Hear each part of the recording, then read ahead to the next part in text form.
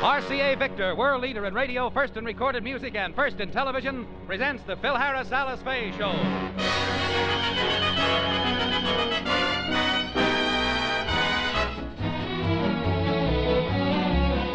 For your enjoyment, here is the Phil Harris Alice Faye Show, written by Ray Singer and Dick Chevrolet, with Elliot Lewis, Walter Tetley, Robert North, Janine Roos, Ann Whitfield, Walter Sharp in his music, and yours truly, Bill Foreman. Like any true son of Dixie, Phil was brought up on stories about the glory of the South during the Civil War. By chance, he becomes an honorary officer of the Confederate Army. And in just a moment, we'll find out what cools off his hot Southern blood. But first, this word from RCA Victor. An RCA Victor superset, the Meredith, sets a new high in television performance, a new high in value. Yes, now you can buy the RCA Victor Meredith at the wonderful low price of only $399.50.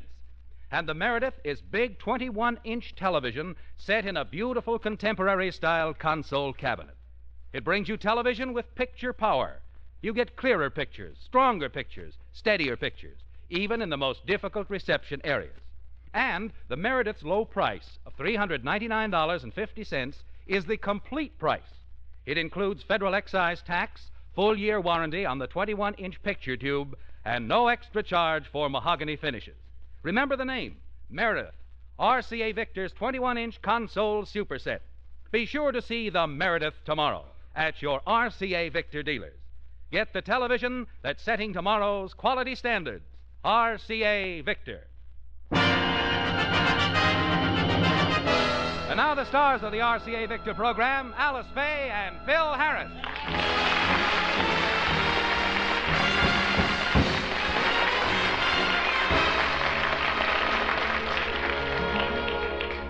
Last night, Phil was honor guest at a freshman dance at UCLA.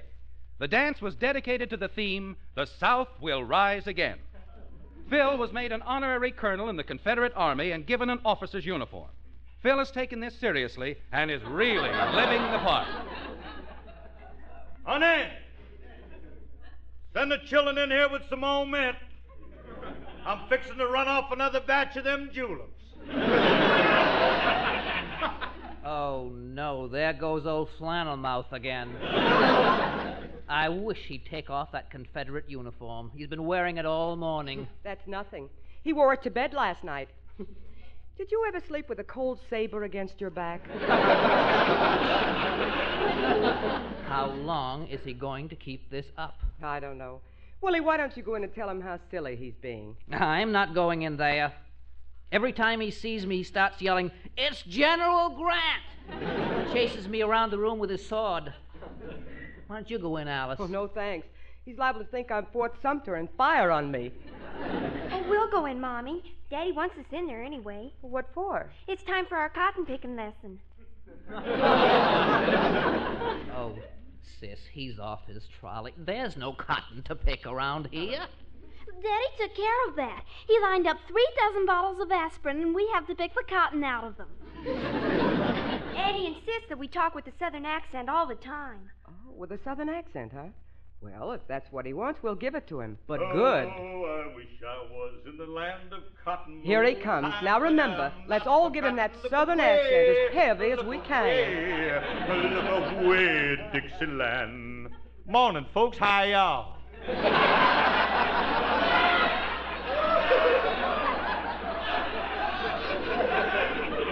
Well, shut my mouth if it ain't my little old pappy.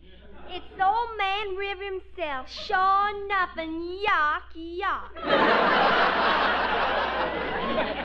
Well, if it ain't my 2 little daughters, Harmony and Grits. Is my breakfast ready? Why, it sure enough is. You just shuffle your little old feet into the little old kitchen, and I'll fix your little old breakfast, you little old you. Don't get hokey, Magnolia. Well, all right, what do you want for breakfast? Well, I'll tell you, ma'am. I'd like some chitlins, turnip greens, black-eyed peas, lox, and hush puppies.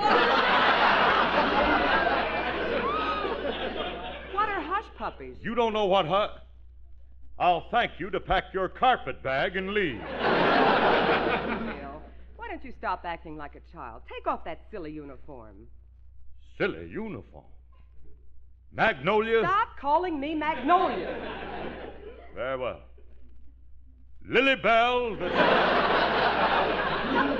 Bill, that's enough. I'm not going to stand for any more of this. Now take the uniform off and forget the whole thing. I will not. I'm proud of this uniform. Hey, I'll get that. You got to admit that I look very romantic in it. Hiya, Curly. Well, if it ain't Gaylord Ravenel, the riverboat gambler. Alice, has he been shampooing his hair with sour mash again? Curly, what's that outfit you got on? Oh, this? Oh, this is just my Confederate Army uniform. I see. Got tired of wearing your Buck Rogers spacesuit, eh? Please, Ravenel. This uniform is sacred. Well, all right, Curly. And another thing. In the future, I want you to address me by my military title, Colonel Beauregard Harris. Yes, sir. Anything you say, sir. I await your orders, Hildegard.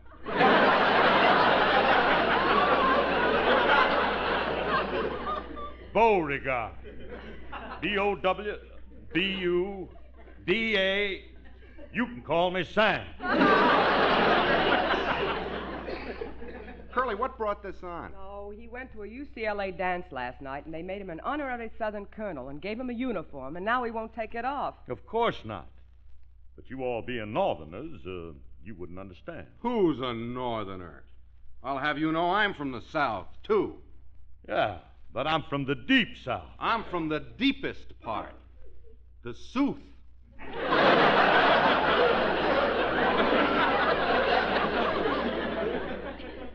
The South? Yep. That's the real deep part.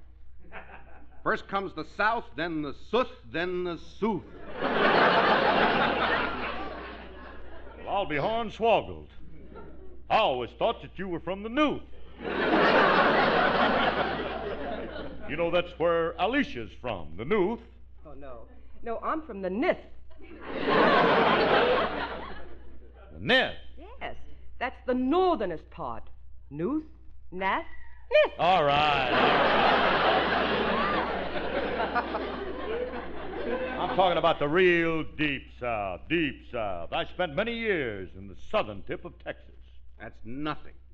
I was born in a deeper part of the South than that. Deeper than the southern part of Texas? Si, senor.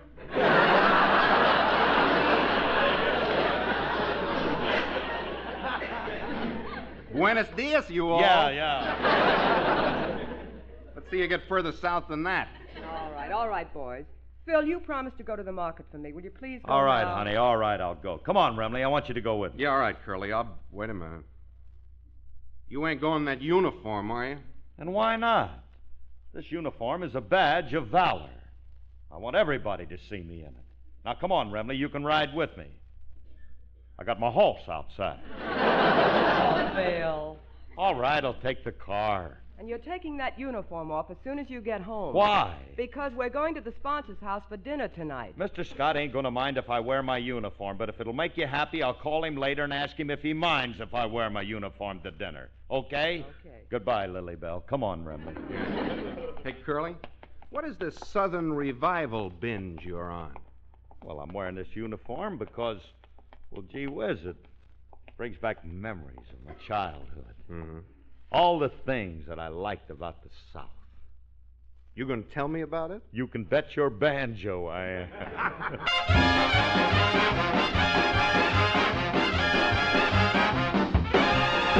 Won't you come with me to Alabama? Let's go see my dear old mammy. She's frying eggs and broiling hammy. That's what I like about the South. Now there you can make no mistakey. Where those nerves I'm never shaky. Ought to taste that leg cakey. That's what I like about the South. She's got baked ribs and candied yams, those sugar-cured Virginia hams, basement full of those berry jams, and that's what I like about the South. Hot cornbread and black-eyed peas, you can eat as much as you please, 'cause it's never out of season. That's what I like about the South.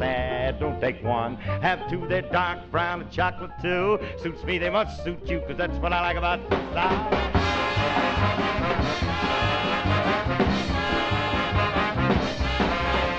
Well, it's way down where the cane grows tall, down where they say you all walk on in with that southern drawl, 'cause that's what I like about the South. It's down where they have those pretty queens keep dreaming, those dreamy dreams. Well, let's sip that absinthe in New Orleans. That's what I like about the South.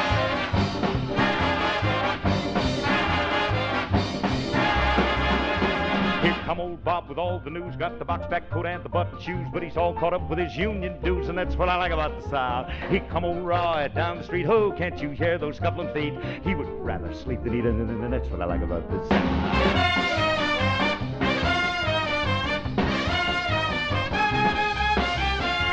Now every time I pass your door, you act like you don't want me no more. Why don't you shake that head and sigh, and I'll go walking right on by. On and on and on.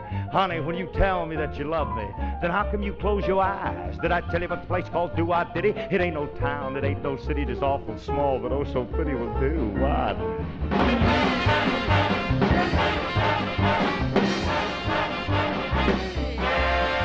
I didn't come here to criticize, I'm not here to sympathize, but don't tell me those no good lies, 'cause lying gal I do despise. You love me like I love you, send me 50.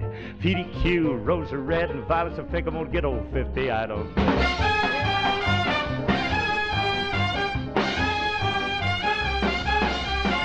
She's got backbones and butter beans, ham hocks and turnip greens, you and me in New Orleans, and that's what I like about the South.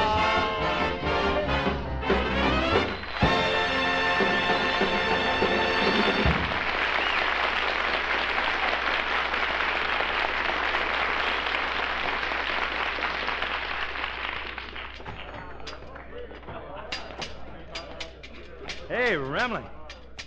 There's quite a crowd in this market. I never... Hey, Ram. What's all that clanging? Nothing. Just your sword banging up against the canned goods.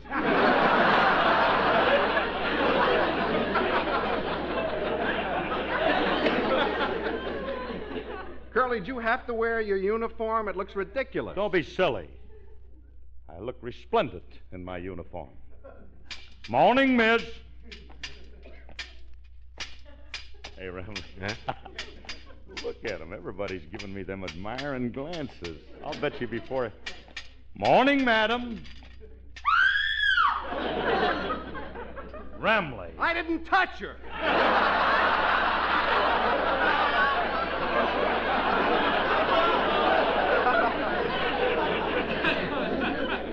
Your uniform scared her. Poppycock. Everybody knows that this proud emblem of the Confederacy... Pardon me, sir. I saw your southern uniform, and I thought you could help me. Well, gladly, madam. What can I do for you? I put a penny in the machine here, and nothing came out, and I want you to give me back my penny. What are you asking me for? I don't work here. Oh, I'm sorry. I thought you were a Dixie Cup demonstrator. That's pretty bad. One thing I can't stand, it's a supermarket comic. Remley, breathe on her butter and melt it. Curly, you're making a scene. Come on. Hey, there's Julius. Call him over and give him your order so we can get out of here. Yeah. Boy! Oh, boy! Come over here! I'm coming up. Oh, no! Drop the net! Don't be funny, wise guy. No cracks. What do you expect when you come in here wearing that tattletale gray underwear? This ain't no underwear. It's my army uniform. I knew it looks like underwear. Julius, this is the uniform of the Confederate Army. It is? Well, you ought to be ashamed of yourself, sullying the grand uniform of the Confederacy. This is an insult to us Southerners. Yous is a Southerner? You mean yous all can't tell? Hey, Julius. We's all can't tell, can we? Hey, Julius, ain't you surprised to see me wearing a Confederate uniform? Oh, no. Every customer I had this morning was wearing a Confederate uniform. Except for the three who were wearing their Julius Caesar suits. All right.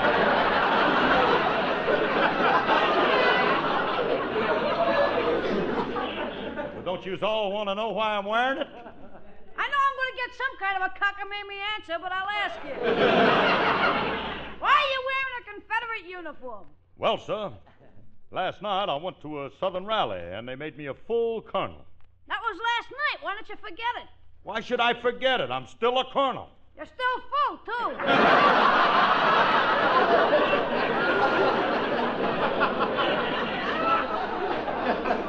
Mr. Harris, why don't you lie down in the lettuce bin and sleep it off?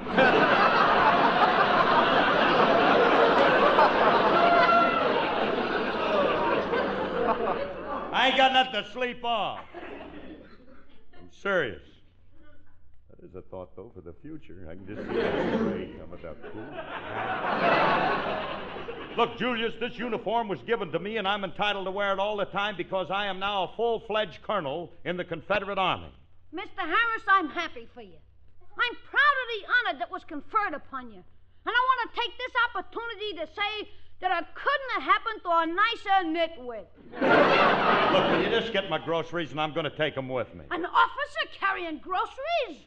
Oh, no, sir. I couldn't allow it, sir. I shall deliver them myself. Look, you don't have to. Don't worry, sir.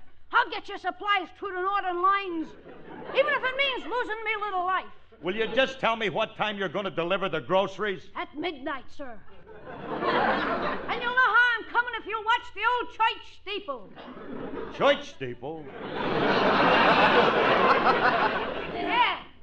One if by land and two if by sea. And I on the opposite shore shall be, ready to swim the icy river and deliver your bacon and your wife's goose liver.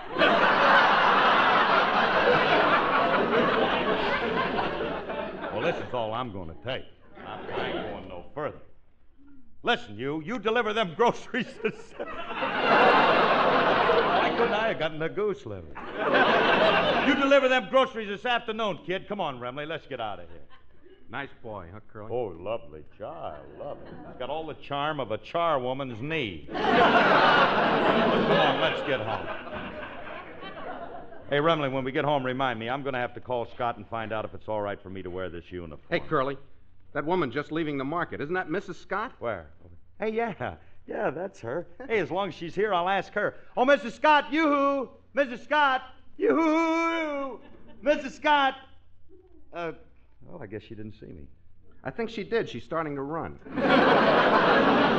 Well, then she must be in a hurry. Let's catch her. Come on. Mrs. Scott! Mrs. Scott, wait for me. Yoo-hoo! Mrs. Scott, Well, Frankie, she disappeared. Where'd she go? She dived into that open manhole. She did not. She must have jumped on that brewery truck that was passing. I wonder what her hurry was.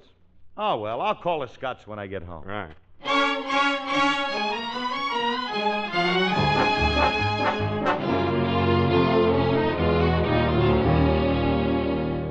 Now, Cora, calm down. You've been hysterical ever since you came home from the market. Now, what did you say you saw again? I told you. I was just leaving the market when this wild man in a Confederate uniform gave a rebel yell and started to chase me. He was waving his sword and screaming. He had a Confederate uniform and he... Cora, have you been nipping the cooking sherry? You know I don't drink. Maybe you've got a rusty bobby pin sticking in your head. Or perhaps your garter belt is too tight. Clyde, there's nothing wrong with me. I tell you, I saw a man in a Confederate... I heard you, and please stop saying it. Now, look, darling, you just relax, get plenty of rest, and you're going to be... lie still, I'll get it. My mother warned me to check into her family background before I... Maybe I'd better give her the ink blot test. Hello? Hello, Mr. Scott. This is Phil Harris. I guess this is just one of those days. What do you want, Harris? Mr. Scott, I want to ask you something. When I come to dinner tonight, is it okay if I wear my Confederate uniform? Oh, is that all you... Your what? My Confederate uniform. I should have known. Harris, were you at the market today? Oh, yeah, I saw your wife there, and I chased her all over, but I couldn't catch her. The kid's pretty fast on her feet. Harris, do you mind telling me one thing? Why are you wearing a Confederate uniform? Because yesterday, Mr. Scott, I was made a colonel in the Army of the Confederate States of America. Oh, brother. Old brittle brain has finally snapped. You don't mind if I wear my uniform, do you? No. Anything that'll make you happy. Good, then we'll be over around 7 o'clock. Splendid. I'll be watching for your steamboat coming round the bend. Bye. Toot, toot. Who was that, Clyde? Phil Harris. And Cora, I owe you an apology. There's nothing wrong with you. It's Harris who's flipped his lid. You mean... He's ripe for the Happy Academy. He's the Confederate soldier you saw today. Oh, I should have known. Who else could it have been? Clyde. He's coming to dinner tonight. And he's wearing his uniform. He's liable to be dangerous. Call him and tell him not to come. No. In his condition, we have to humor him. If he wants to play Civil War, I'll play Civil War with him. If he's going to wear a Confederate uniform, I'll wear a Union Army uniform. I'll go out and rent one. Well, why go to all that trouble? Because RCA Victor has a lot of money tied up in this screwball. He has a contract with us. We've got to keep him from going completely overboard until the end of the radio season. After that, he can be Hiawatha if he wants to. Well, I'm not going to take any chances. If he gets dangerous, I'll be prepared. I'm going to call the psychiatric ward at the hospital and tell them to send a couple of men over, just in case. That might be an idea. Tell them not to do anything, but to keep their eye on a man in a Confederate uniform.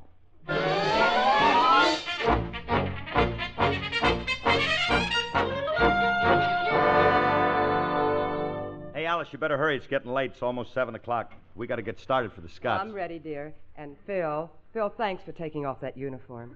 Well, I got to thinking about it, and I figured it might look a little silly to the Scots. After all, they're Northerners. They might not understand. Besides, well, I don't want anything to upset Mr. Scott. He sounded a little peculiar on the phone. What do you mean, Curly? Well, he said something about watching out for a steamboat. And then when I said goodbye, he says, toot, toot. That figures. I've been telling you right along the guy's nuts. He is not. Now, come on, boys. Let's get over to the Scots house.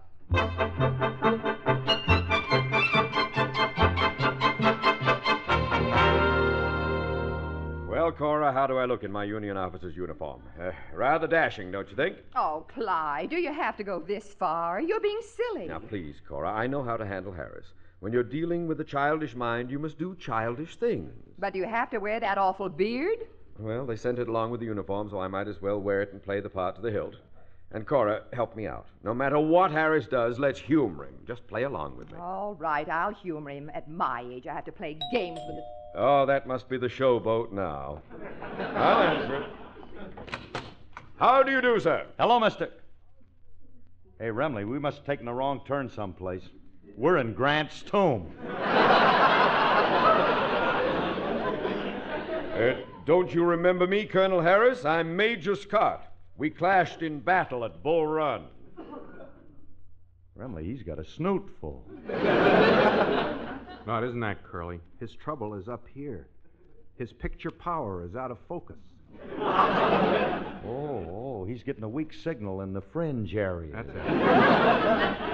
Mr. Scott, do you feel all right? Yes, but I'm a little disappointed. Colonel Harris, you told me you were going to wear your uniform. Why didn't you? Well, if I'd have known that you were going to wear yours, I would have worn mine. And I'd have brought McCannon with me, and we could have bombarded each other. We got to keep them happy. Who's at the door, Clyde? It's Colonel Harris of the Confederate Army, dear. Evening, ma'am. Kitchy-coo! Kitchy-kitchy-kitchy-coo! Kitchy-coo. Hey, Remley, here's another squirrel job. A real cashew, shell and all. Scott, maybe we ought to go home and come back some other time. No. Do come in. After all, your husband and I have to discuss the surrender terms. Scotty, maybe we better go home and... What's the matter? You a sore loser?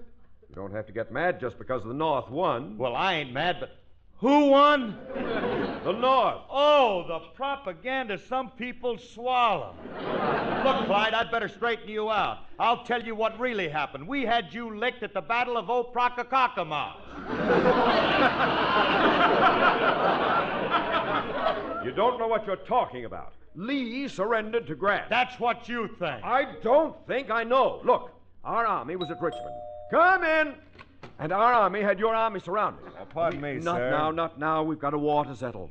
Well, who are you gentlemen? We're from the City Hospital Psychiatric Ward. We got a call to pick up a man in a Civil War uniform. Oh, I'm glad you're here. He's starting to get violent. The man you want is... We can see him, lady. Okay, Ulysses, get your coat and come back. Who, me? You've got the wrong man. You were told to pick up a Confederate soldier. Can't you see I'm a Union soldier? We know, Pop. You're a Confederate soldier, but you're in a Union uniform because you're a spy. That's it. I was... No!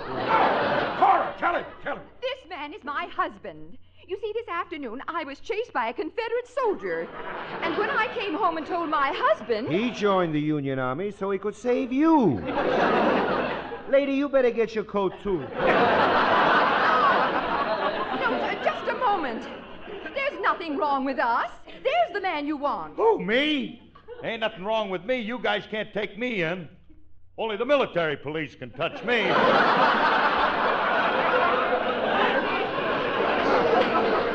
And why can't we take you? Because I'm a full colonel in the Confederate Army.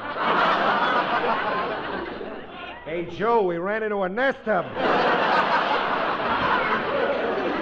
Get going, Stonewall. Get your hands off him. Now get your hands off him. That man is my husband. And who are you, dear? Betsy Ross? I'm Alice Faye. This one thinks she's a movie star.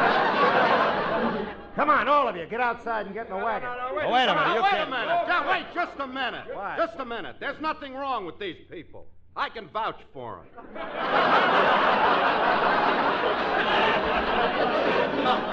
Well, you seem to be the only sane one here. What's your name, sir? Frank Remley. That does it! Won't you join us? What for? I only said my name was Frank Remley. I know. Nobody in his right mind would admit that.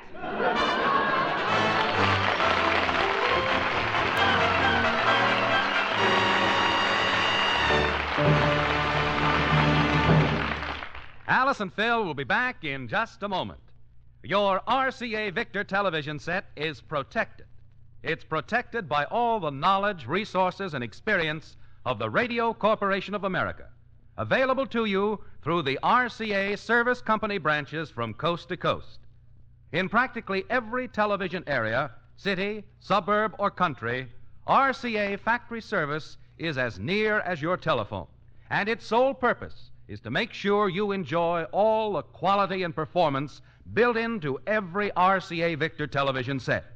Yes, you're protected with RCA factory service, and you're assured of the finest reception possible. If you buy the RCA Victor factory service contract, RCA's own technicians will select the proper antenna for your location.